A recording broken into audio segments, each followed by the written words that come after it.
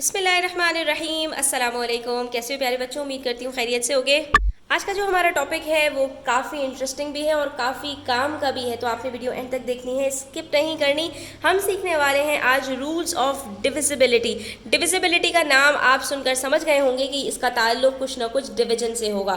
तो जी हाँ, बिल्कुल, हम आज सीखने वाले हैं कि हमारे पास जो इनिशियल 2 से लेके 10 तक के डिजिट्स होते हैं या 2 से लेके 10 तक के जो नंबर्स होते हैं, ये हमारे पास इनके डिविजिबिलिटी रूल्स क्या होते हैं। मतलब क्या है इस बात का कि अगर हमारे पास कोई एक नंबर दिया हुआ है 2 3 4 6 0, एक 5 डिजिट नंबर दिया हुआ है, तो विद इन सेकेंड्स या विद इन फ्यू सेकेंड्स हम ये किस तरह से बता सकते हैं कि क्या ये हमारे पास जो नंबर है ये 2 के टेबल में आता है या 3 के टेबल में आता है या 4 के टेबल में आता है। इसी तरह से करते करते हमारे पास 10 तक के टेबल्स में हम आज सीखने वाले हैं कि कौन कौन से हमारे पास रूल्स होते हैं जिससे हम ये पता लगा सकते हैं कि कोई भी एक गिवन नंबर इनमें से किसके टेबल में आएगा, यानी कौन कौन से नंबर इस नंबर को कंप्लीटली डिवाइड कर देंगे और हमारे पास कोई रिमाइंडर नहीं बचेगा।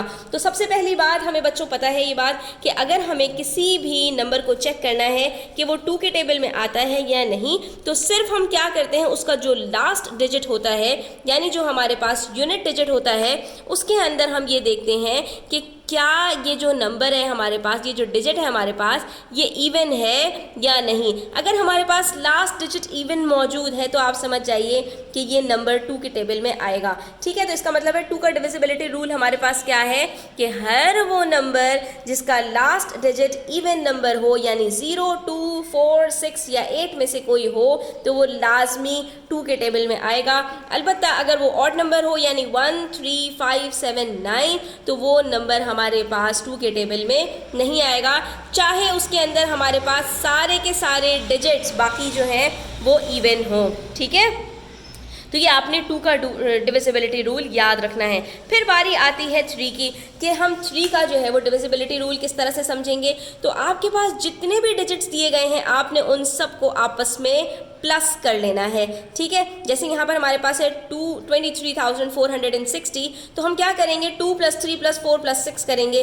तो हमारे पास यहाँ पर आंसर क्या आएगा, 2 + 3 5 5 + 4 9 9 + 6 हमारे पास आ रहा है 15। तो क्योंकि ये 15 यानी इनके जो सम आए हैं डिजिट्स के वो हमारे पास 15 आ रहा है जो कि 3 का मल्टीपल है, तो इसका मतलब है ये जो हमें नंबर गिवन है ये भी 3 के टेबल में आएगा। आप इसको करके चेक भी कर सकते हैं, यहाँ पर आप इसको चेक करेंगे तो आपको पता चल जाएगा कि ये जो है वो 3 से कम्प्लीटली डिवाइड हो जाएगा। 3 के टेबल में 2 नहीं आता है, तो 3 7 21 हमने किया, बचा हमारे पास 2, फिर हमने नीचे 4 उतारा तो हमारे पास 3 8 24 आया। उसके बाद हमारे पास 6 है तो 3 2 6 होता है और 0 आखिर में, तो ये तो एज इट इज़ आ जाएगा। और ये देखें कम्प्लीटली डिवाइड हो गया, कुछ भी हमारे पास यहाँ पर रिमाइंडर नहीं बचा। ठीक है, तो किसी भी नंबर को ये चेक करना है कि ये 3 के टेबल में आएगा या नहीं, 3 से डिवाइड होगा कम्प्लीटली या नहीं, तो उसके लिए आपने सिर्फ और सिर्फ क्या करना है, सारे डिजिट्स को ऐड करना है और उसके बाद जो भी आंसर आएगा उसको आपने देखना है कि क्या वो 3 का मल्टीपल है या नहीं, तो उससे आपको पता चल जाएगा। तो ये हो गई बात 2 की और 3 की। ठीक है, उसके बाद हमारे पास यहाँ पर स्टूडेंट्स कोई भी नंबर अगर 4 के टेबल में आता है या 8 के टेबल में आता है तो हम कैसे चेक करेंगे। तो इसके लिए हमने क्या करना है, 4 के टेबल में कौन कौन से नंबर्स आएंगे, एक तो ये कि उसका इवन होना ज़रूरी है और दूसरा ये कि उसके जो लास्ट 2 डिजिट्स हैं हमने देखना है कि क्या वो 4 के टेबल में आते हैं या नहीं। यानी कि ये हमारे पास लास्ट के 2 डिजिट्स क्या हैं, यहाँ पर 60 है, 60 है। तो ये जो 2 नंबर्स 2 डिजिट्स मिलकर एक नंबर बना रहे हैं कि क्या ये अगर अकेले हो तो ये 4 के टेबल में आएंगे, तो हम कहेंगे जी हाँ 4 के टेबल में 60 तो आता है। कि देख लीजिए 4 1 4 बचा 2, 0 नीचे उतारा, 4 5 20 और ये कम्प्लीटली डिवाइड हो गया। तो क्योंकि 4 के टेबल में 60 आता है इसका मतलब है कि ये जो हमें नंबर दिया हुआ है ये 4 के टेबल में आएगा। और अगर आपको 8 के टेबल में चेक करना हो तो फिर आपने 2 के बजाय 3 डिजिट्स को उठाना होता है और आपने इसको चेक करना होता है कि क्या ये 8 के टेबल में आते हैं या नहीं। तो इसको भी हमने यहाँ पर डिवाइड करके ही चेक करना होता है। हम यहाँ पर 460 को लिख कर चेक करेंगे कि क्या ये 8 के टेबल में आता है, तो हम यहाँ पर देख लेते हैं। यहाँ पर 8 6 48 होता है, तो हम 8 5 40 ले लेते हैं। उसके बाद बच गया हमारे पास 6 और हमने 0 नीचे उतारा तो 8 के टेबल में 60 तो नहीं आता, अलबत्ता 8 7 56 होता है। तो क्योंकि हमारे पास यहाँ पर रिमाइंडर बच रहा है, इसलिए इसका मतलब ये हुआ कि ये जो हमारे पास नंबर है 23,460 ये 8 के टेबल में नहीं आएगा, 8 के डिविजिबिलिटी रूल पर ये पूरा नहीं उतर रहा। ठीक है, तो यहाँ पर हमने ये भी चेक कर लिया 2 के टेबल में कौन से नंबर्स आते हैं, 3 के टेबल में कौन से नंबर्स आते हैं, फिर 4 के टेबल में कौन से नंबर्स आते हैं और फिर 8 के टेबल में कौन से नंबर्स आते हैं। अब हम ये चेक कर लेते हैं कि कौन से नंबर्स 5 और 10 के टेबल में आते हैं। तो बच्चों 10 के टेबल का तो आपको अच्छी तरह पता है कि हर वो नंबर जिसका लास्ट डिजिट सिर्फ 0 हो वो 10 के टेबल में आएगा। तो यहाँ पर हमारे पास ये 0 है, इसका मतलब है कि भाई ये नंबर 10 के टेबल में आएगा। और इसी तरह अगर 5 के टेबल में चेक करना हो तो लास्ट डिजिट हमारे पास अगर 0 है तब भी 5 के टेबल में आएगा, और अगर वो 0 के बजाय 5 हो, लास्ट डिजिट सिर्फ आपने देखना है कि अगर वो 5 हो तब भी वो 5 के टेबल में आएगा। यानी अगर यहाँ पर हमारे पास 23,465 होता तब भी ये नंबर 5 के टेबल में आता। तो ये तो 5 और 10 का बहुत ही ईजी है। अब बच जाते हैं हमारे पास कौन कौन से नंबर्स। हमने 2 का भी कर लिया, 3 का भी कर लिया, 4, 5, 8 और 10 कर लिया। अब हमारे पास बच जाते हैं 6 और 7 और 9। ठीक है, ये 3 डिजिट्स हमारे पास बचते हैं। तो अब हमें 6 को अगर चेक करना है कि कोई भी नंबर 6 के टेबल में आएगा या नहीं, तो आपने बस स्टूडेंट्स ये देखना है कि इनिशियली जब हमने 2 और 3 के टेबल से उसको चेक किया था तो क्या जो गिवन नंबर है ये 2 और 3 दोनों के टेबल में आता है या नहीं। अगर कोई भी नंबर आपको गिवन है जो इवन भी हो यानी 2 के टेबल में भी आता हो और जिसके सारे डिजिट्स का सम 3 का मल्टीपल भी हो यानी वो 3 से डिविजिबल भी हो, तो ऐसा नंबर 6 के टेबल में भी आएगा। यानी 6 के लिए आपको अलग से चेक करने की ज़रूरत नहीं है। अगर आप ऑलरेडी चेक कर चुके हैं कि एक नंबर 2 से और 3 दोनों से डिविजिबल है तो वो नंबर अल्टीमेटली 6 से डिविजिबल होगा।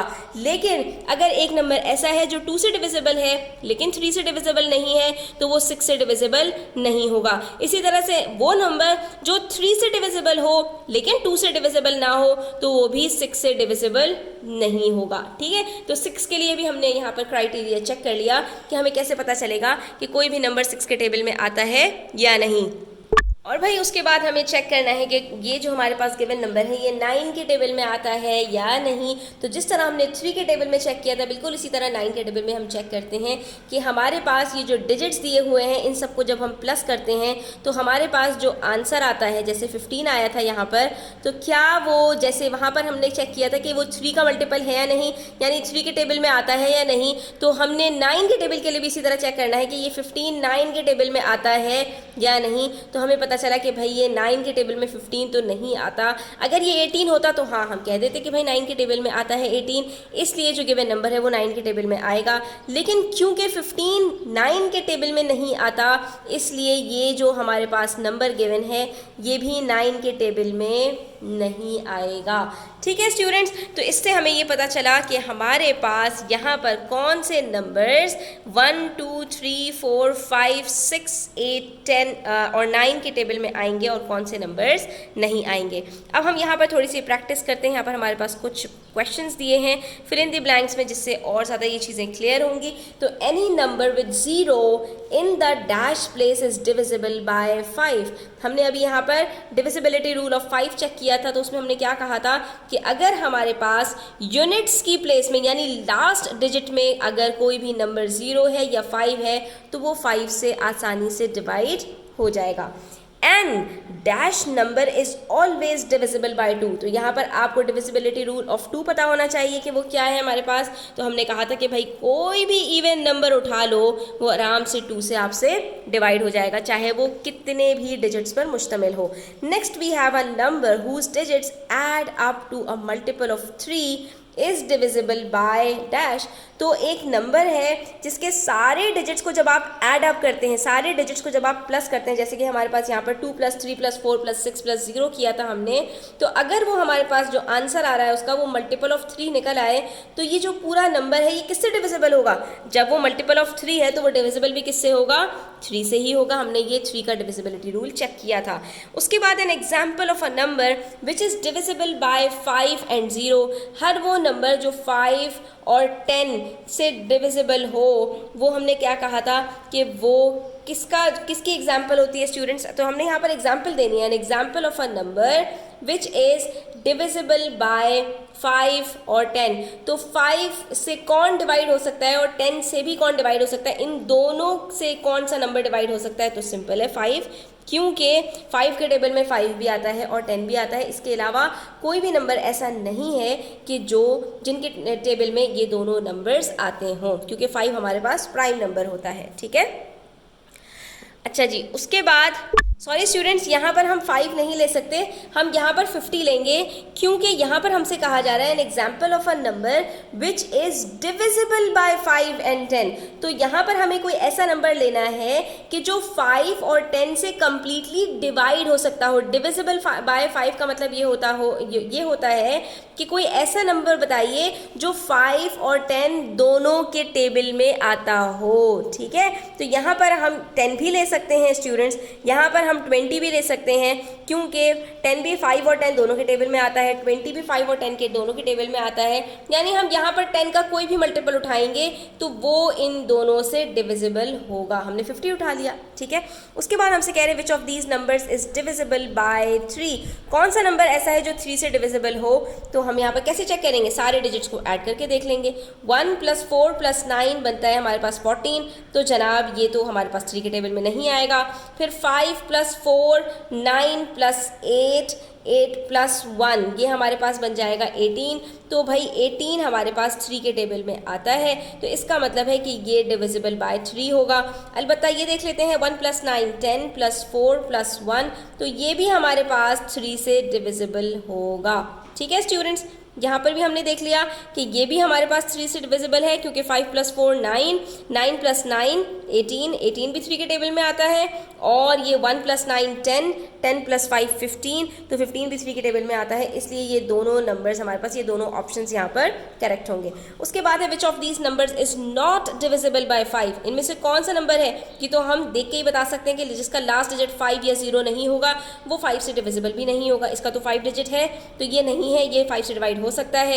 इसी तरह से इसका लास्ट डिजिट 0 है, ये भी डिविजिबल बाय 5 है, लेकिन इसका लास्ट डिजिट हमारे पास 4 है, तो इसका मतलब है कि ये नॉट डिविजिबल बाय 5 है। उसके बाद है हमारे पास circle the numbers which are divisible by 10।